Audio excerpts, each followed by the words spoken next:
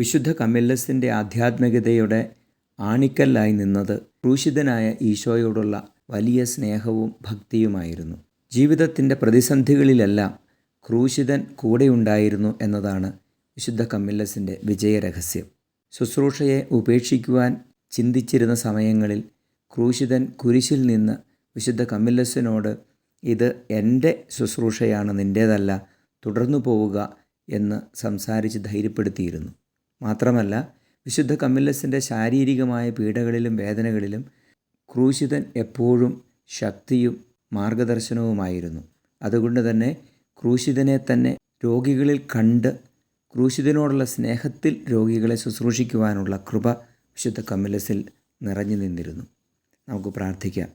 ഓ ക്രൂശിതനായ ഈശോയെ, വിശുദ്ധ കമില്ലസിൻ്റെ മധ്യസ്ഥതയാൽ ഞങ്ങളിലും അങ്ങയോടുള്ള സ്നേഹം നിറയ്ക്കണമേ. ആമേൻ.